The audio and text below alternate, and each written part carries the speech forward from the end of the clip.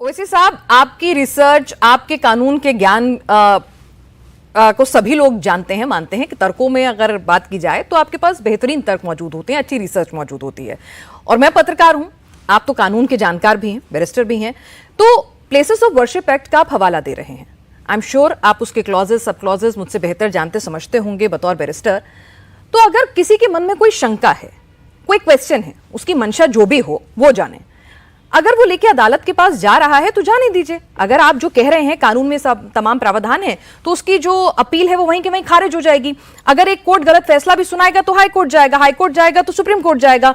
अंत में फैसला तो कानून के हिसाब से ही होगा ना। देश के कानून पे तो आपको भरोसा है ना? देखिए, देश के कानून पर, संविधान पर भरोसा है, तो इसीलिए तो असदुद्दीन ओवैसी बार बार प्लेसेस ऑफ वर्शिप एक्ट के बारे में कह रहा है। इसीलिए भरोसा है तो मैं article 25, article 26, article 29, right to equality 14 का हवाला देते रहता हूं।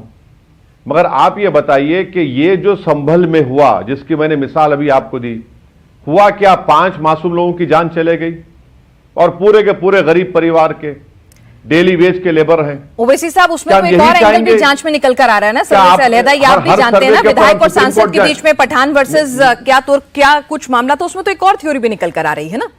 उसको सिर्फ सर्वे से ब्लेम कर दें, क्या ये सही होगा? नहीं है मैडम, आप बिल्कुल नहीं है। कोई झगड़ा नहीं है वहां पठान और तुर्क में। जहां पर मस्जिद का मामला आ जाता है, सब असबियत खत्म हो जाती है। सियासत के लिए कुछ हो सकता है, मगर जहां पर अल्लाह के घर की बात आती है वहां पर सब खत्म हो जाते हैं। यह गैर जरूरी के झूठा प्रोपेगेंडा योगी सरकार कर रही है अपनी गलतियों और कमजोरियों को, और जिनके जरिए मर्डर हुआ है उनको बचाने के लिए कर रहे हैं। देखिए, वो जांच का विषय है, उसमें जांच के अलग अलग एंगल निकल कर आ रहे हैं। ओवैसी साहब, मैं फिर से सर्वे की बात पर एक बार लौटती हूं, ठीक है? उसमें आपका एक ओपिनियन है। एक मिनट नहीं मैडम, मेरी बात सुन लीजिए। जांच का विषय यह होगा कि तुर्क और पठान में झगड़ा चल रहा था क्या? आप बताइए। ये तो विषय नहीं है। जांच का विषय यह होना चाहिए कि 45 किलोमीटर दूर है कोर्ट और वो मस्जिद, जामा मस्जिद संभल की। रात में आपने सर्वे करा दिया, फिर आपने दूसरा सर्वे करवा दिया। आखिर ऐसा क्या आसमान गिर रहा था? ओवैसी साहब, आज सुप्रीम कोर्ट ने रोक भी लगाई ना, सुप्रीम कोर्ट ने रोक भी लगाई।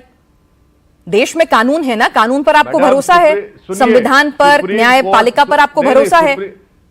सुप्रीम नहीं, आप सुप्रीम कोर्ट ने दोपहर में करीब 12:30 और 1 बजे के दरमियान में रोक लगाई। बिल्कुल। इनको तो सुबह में रिपोर्ट दाखिल करना था ना। मैं तो यही बता रहा हूं आपको समझाने के लिए कि ये देखिए किस तरह की सियासत कर रहे हैं। और एक बात समझिए आप, जो पिटिशनर है इस केस में, संभल की जामा मस्जिद में, वो यूपी गवर्नमेंट का अपॉइंटेड स्टैंडिंग काउंसिल है और वो यूपी सरकार के खिलाफ केस डालता है, पार्टी बनाता है। आप बताइए मैडम, ये क्या हो रहा है? ये उसी दिन आप केस डालते हैं, उसी दिन सुनवाई हो जाती है, कोर्ट का ऑर्डर मिल जाता है और कोर्ट का ऑर्डर लेके गए तो पुलिस पूरी तैयार है वहां पर। और फिर वो जो पिटिशनर है वो यूपी गवर्नमेंट का अपॉइंटेड स्टैंडिंग काउंसिल है जो एलआर रूल्स के खिलाफ है। एक सरकार का अपॉइंटेड स्टैंडिंग काउंसिल अपने सरकार के खिलाफ केस डालकर पार्टी बना रहा है उनको।